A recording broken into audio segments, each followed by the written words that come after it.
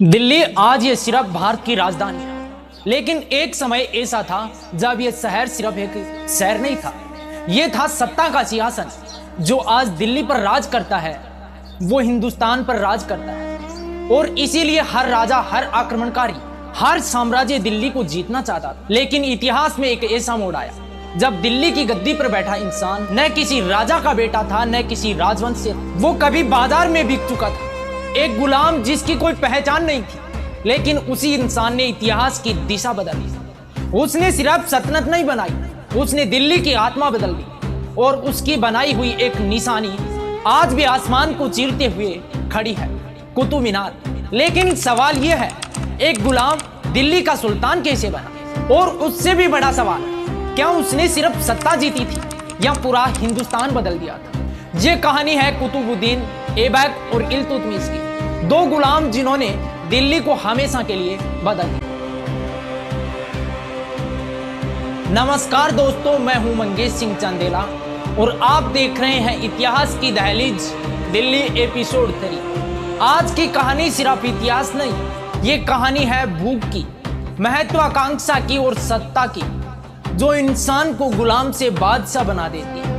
एक गुलाम जिसकी आंखों में आग थी, तुर्किस्तान, बर्फीली हवाएं, रेगिस्तान और गुलामों का बाजार, जहां इंसानों की कीमत लगती थी, उन्हें खरीदा जाता था और बेचा जाता था जैसे वो इंसान नहीं सामान हो।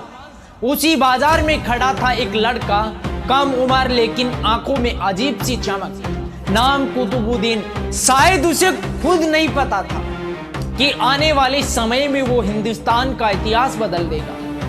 उसे खरीदा गया, बेचा गया, फिर खरीदा गया, और आखिर में वो पहुंचा महमूद गोरी के दरबार में।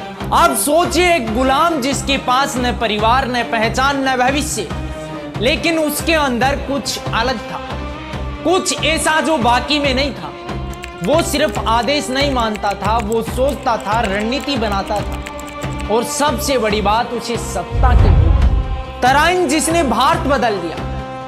1192 तराइन का मैदान, एक तरफ राजपूतों की ताकत, दूसरी तरफ महमूद गोरी की सेना। और इस बार गोरी हारना नहीं चाहता था, क्योंकि पिछली हार ने उसे अपमान दिया था। लेकिन इस युद्ध में एक इंसान लगातार गोरी के साथ खड़ा था, कुतुबुद्दीन ऐबक। युद्ध शुरू हुआ, घोड़े दौड़े, तलवारें टकराई, चीखें गूंजने लगी, और फिर इतिहास बदल गया। पृथ्वीराज चौहान हार चुके थे, लेकिन उस दिन सिर्फ एक राजा नहीं हारा था, उस दिन उत्तर भारत की सबसे बड़ी शक्ति टूट गई थी। और जब युद्ध खत्म हुआ तब असली खेल शुरू हुआ। अब दिल्ली की गद्दी राजपूतों से गुलामों के पास जा चुकी थी। दिल्ली जीतना आसान नहीं था, लेकिन दिल्ली पर राज करना बहुत मुश्किल था।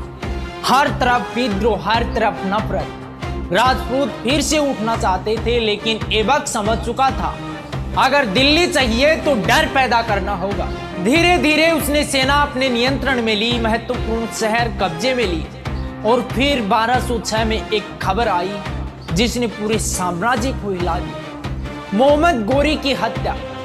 अब कोई सुल्तान नहीं था, सिर्फ सत्ता थी, और सत्ता पर कब्जा करने वाले कई लोग। लेकिन भारत में सबसे मजबूत इंसान अब ऐबक था। जब दिल्ली ने नया मालिक देखा, और फिर एक दिन गुलाम दिल्ली के सिंहासन पर बैठ गए। सोचिए, जिस इंसान को कभी खरीदा गया था, अब वही इंसान लाखों का मालिक था। यहीं से शुरू हुई दिल्ली सल्तनत। लेकिन ऐबक जानता था, सत्ता सिर्फ तलवार से नहीं चलती, सत्ता चलती है प्रतीकों से। और इसीलिए उसने शुरू करवाया कुतुब मीनार का निर्माण। सिर्फ मीनार नहीं, सत्ता का ऐलान था। आज लोग कुतुब मीनार को देखकर कहते हैं, वाह कितनी खूबसूरत इमारत है, लेकिन उस समय ये खूबसूरती नहीं थी, ये चेतावनी थी, एक संदेश कि अब दिल्ली बदल चुकी है, नया सल्तनत आ चुका है, और अब इस शहर का मालिक कोई और है। लेकिन इतिहास किसी को ज्यादा समय नहीं देता। कुतुबुद्दीन ऐबक की अचानक मौत हो गई और दिल्ली फिर से अराजकता में डूब गई। सिंहासन था, लेकिन उसे संभालने वाला नहीं। तभी एक और गुलाम आगे आया, लेकिन ये इंसान तलवार से ज्यादा दिमाग से खतरनाक था। नाम था इल्तुतमिश, जिसने दिल्ली को बचाया, इल्तुतमिश जानता था सिर्फ युद्ध जीतना काफी नहीं, साम्राज्य बचाने के लिए दिमाग चाहिए। और तभी इतिहास ने उसके सामने रखा दुनिया का सबसे खतरनाक नाम, चंगेज खान। एक ऐसा इंसान जिसने आधी दुनिया जला दी, शहर खत्म कर दिए, साम्राज्य मिटा दिए थे और अब उसकी नजर हिंदुस्तान पर थी। एक गलती और दिल्ली खत्म। लेकिन इल्तुतमिश ने वो किया जो शायद कोई और नहीं कर सकता था। उसने अपने अहंकार को मारा। उसने समझ लिया मंगोलों से लड़ना मतलब आत्महत्या। इसलिए उसने युद्ध नहीं चुना, उसने इंतजार चुना और यही फैसला दिल्ली को बचाया गया। इतिहास अक्सर राजाओं को याद रखता है, लेकिन दिल्ली का इतिहास दो गुलामों ने लिखा था। एक ने सल्तनत बनाई, दूसरे ने उसे बचाया। और शायद यही वजह है कि उनकी कहानियां जिंदा है।